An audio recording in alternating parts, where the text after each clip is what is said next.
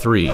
Kick shot feint, a dribble that even fools yourself. This dribble is a transition movement where you suddenly change your mind right as you're about to make a long clearance in the defensive zone, a long pass or shot in the midfield, a cross on the wings, or a shot as a striker. Since any feint becomes incredibly easy to stop if the opponent predicts it, this is a great move to use after you've actually delivered plenty of long kicks, passes, and shots. Once the opponents start over-anticipating and visibly throws their center of gravity forward to block you, that's when you strike. We often call this chopping or cutting the ball back. This section is all about that fake shot chop. In football, dribbling means touching the ball continuously, while kicking, whether it's a shot or a pass, means striking it once to send it somewhere else. Therefore, this is an action where you take an extra touch, right when you intended to strike, seamlessly shifting your intent back into a dribble.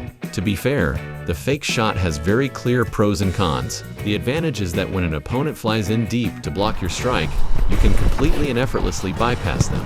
However, the downside is that if you use it poorly and become predictable, it kills the attacking tempo, and you'll likely face complaints from your teammates, especially since it's most often used during prime shooting opportunities. That's why you need to read the opponent's movement while deciding to fake it. But wait, sounds strange, right? Our channel always emphasizes looking at the ball when striking, yet here I am telling you to watch the defender's movement to decide whether to chop it or not. Even I admit, it sounds contradictory, but it is an undeniable fact. At the exact moment of impact, you absolutely must lock your eyes on the ball, whether it's a shot or a long kick. However, right up until the point of striking, you also need to track the opponent's movement using your peripheral vision. To increase your success rate even a little more, it helps immensely if the mechanic is fully mastered. Having the movement completely automated obviously gives you the upper hand when suddenly switching your intention in a split second, and there are truly so many ways to fake a shot. In this video, I will introduce every single kick feint that exists in the world.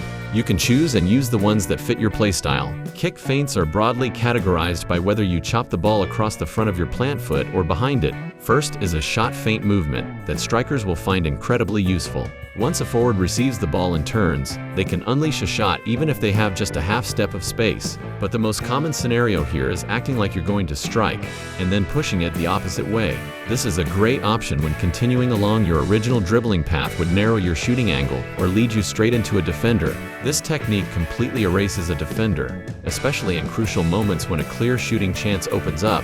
A single goal is vital, and the defender desperately throws their body into a sliding tackle to block you.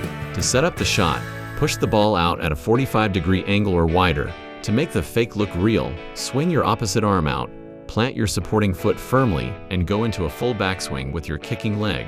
Since you have to keep your eyes on the ball at this point, predicting the opponent's tendency is key. Then, right as you fake the strike, tap the ball with the inside of your kicking foot. What matters most here is the angle. It needs to be sharp enough to avoid getting caught on your own plant foot, while safely evading the defender. Furthermore, the foot you just used to chop the ball immediately becomes your driving foot to generate forward momentum, so you must plant it and explode away as quickly as possible.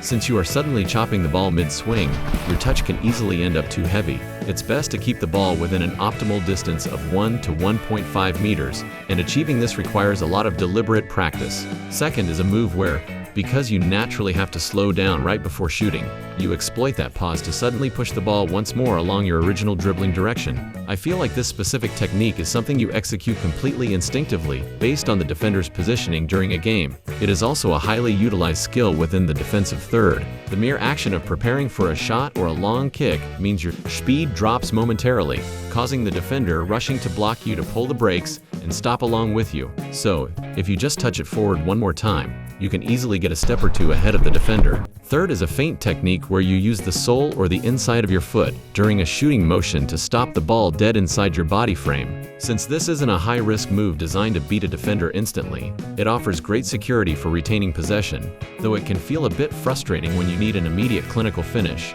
However, trapping the ball dead in the center of your body framework gives you the massive advantage of being able to exit in both the opposite direction or your original striking direction. From this position, the most common next moves are exploding away with the outside of your opposite foot, or immediately executing la croqueta to break out in your original direction the second you stop the ball. Let me first explain the opposite foot outside breakout. As you fake the shot, trap the ball with your sole or inside, and turn your body framework as if wrapping yourself around the ball. The absolute key here is planting your stopping foot at the perfect distance, so you can immediately use that same foot to drive and push off. Then, you push away using the outside of the opposite foot. Let me emphasize this again. Pushing with the outside isn't the main point. Planting your feet correctly so you can cleanly push away with the outside is what matters. The second combination, following up with la croqueta, is a double deception. When you stop the ball with your inside right in the middle of your body, the defender naturally anticipates that you'll turn back the other way. Instead, you break out toward your original direction once more. As you go to shoot, trap the ball with your inside while planting your supporting foot. At that exact microsecond, snap the ball with your left inside to execute la croqueta. The core of this technique, common to all explosive dribbles, is that the stop and the immediate exit must look like a single fluid motion. It's not about stopping, pausing, and then going.